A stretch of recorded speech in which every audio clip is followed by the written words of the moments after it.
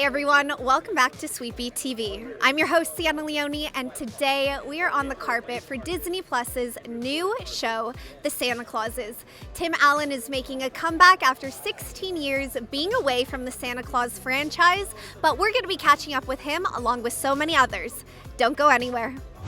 Mr. Allen, it is such a pleasure. I've grown up loving your movies. So, 1994 is when the first Santa Claus movie came out, 16 years since the last Santa Claus movie, third one came out. So I did read you were a bit hesitant to come back. So tell me a little bit about that. Are you happy you made the decision to come back? Now I am. All of the movie business and my thing is about the people who pen it on a piece of paper. And the first one, spectacular movie. The second one was deeper and more emotional, which I loved. We had a little bit more money, so the special effects were better. Third one, it was just all about special effects to me. It was a little broad. It didn't have it, so I was not that interested in doing it until we worked out if you could go in deeper, as opposed to a movie, a 6-hour series. So it's a book. And it's a family. It's a little bit later on in his life. The North Pole is a little more deep depth. And we got about the religious part of it, meaning that it is a religious holiday. Right. Let's not ignore that. Let's figure out what that is. And they all went, okay, let's do it. And there's some magic about where this comes from. We don't harp on it and we don't avoid it. And then there's just so much fun in this thing. And it looks beautiful. Take us through being on set, working with the one and only Tim Allen, because these movies and him in these movies are so iconic.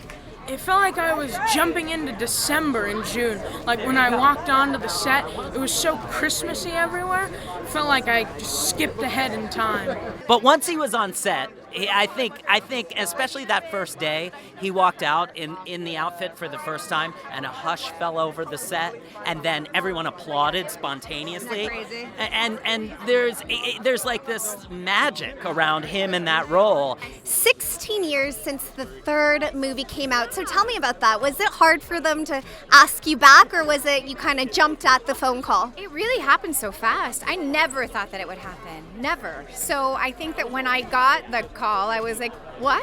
Really?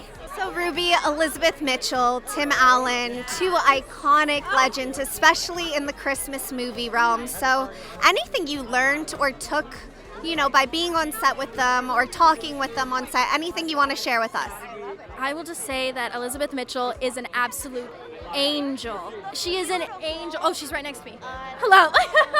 She is an angel. I mean, she truly is Mrs. Claus in real life and in person. I mean, oh my goodness. She radiates that energy. She radiates like Mrs. Claus energy. What do you think this Santa Claus is bringing to our big screens that's different than what we've seen in the movies? Yeah, so I actually watched the movie like a week before I worked, and it's just such a heartwarming, fun, charming movie, but in a way that like most Christmas movies, it brings something unique.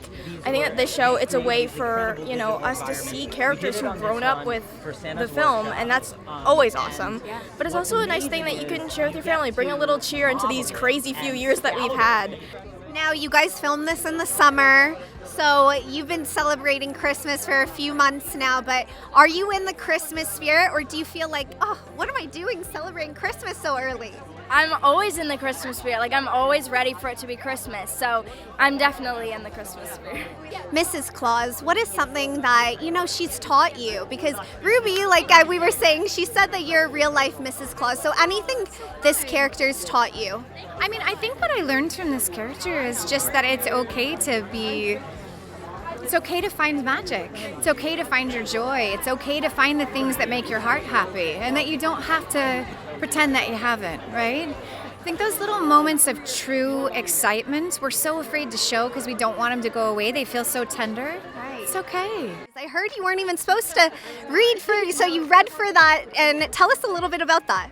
So, yeah, it was a complete surprise. I was supposed to read for a background elf and just say literally one line, and it just turned out to totally, spin off, and I'm playing the daughter, but thank you. You'll but see what she did. The work she did, she's surprised. Her mom and I, this is the last thing we wanted her to do is do this. She's great in school. We wanted to stay there, but she read. We both went, what do you do? And she drilled this part. I'm sorry to interrupt. Call back after call back, Yeah, and yeah. we were all Shocked. Shocked. Santa, the Santa Clauses movies. What's one of the biggest things that you hope when people see these episodes, what do you want them to take? I hope they can take from the characters, because I feel like since it's such like a modern take on the movies, people will be able to take more from all the characters and relate to them. Like our characters, we're going into the real world, and I hope people are able to like relate to going into a new environment where they don't know anything about it. Because I've transferred through high schools, and I know that like transferring of just completely different worlds, it sucks. So I hope people can understand and relate to it more. I need to know a favorite reindeer because they play a big part in Santa's life. So who would that be? Chet. I probably just like the mainstream Rudolph. I'd say it's probably Prancer. Let's just say Dasher. I don't want to say Rudolph because that's basic. I happen to be sitting in the stable of Prancer. So Prancer may be your favorite. I think it was kind of a sign. It's a sign of God. It was a sign to me, so Prancer it is. You're so widely known as Toolman Tim, Buzz Lightyear, and of course the favorite Santa in all our Christmas movies. So what do you personally get most stopped for? Probably Buzz. Okay. You know, because if I start talking, there's either kids or who is that? Who's that old man that looks like he ate Buzz Lightyear?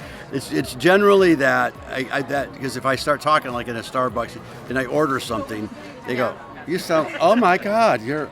And I don't look anything like him. Now, speaking about that magic that the holiday season brings us all, it really is magical. But for those at home watching this that may not be in that magical spirit or grown up with that magical spirit, what would you say? Oh gosh, I would say it doesn't really matter what has been, right? It matters what's happening now. The road that you're on starts now, and if you want to make it filled with Christmas magic, you do it. If you want to make it filled with your own joy, with your own life, we all think that whatever reality we're in, that's it, and we start to feel trapped. But you change a few things and your whole world can open up. So let your world open up. If you have a passion for something, do it.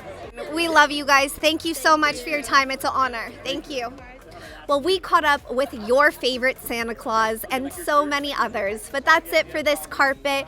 Make sure you guys are tuning in November 16th for the first 2 episodes of The Santa Clauses, which is out on Disney+. Be sure to be giving this video a big thumbs up and subscribing to Sweetie High down below.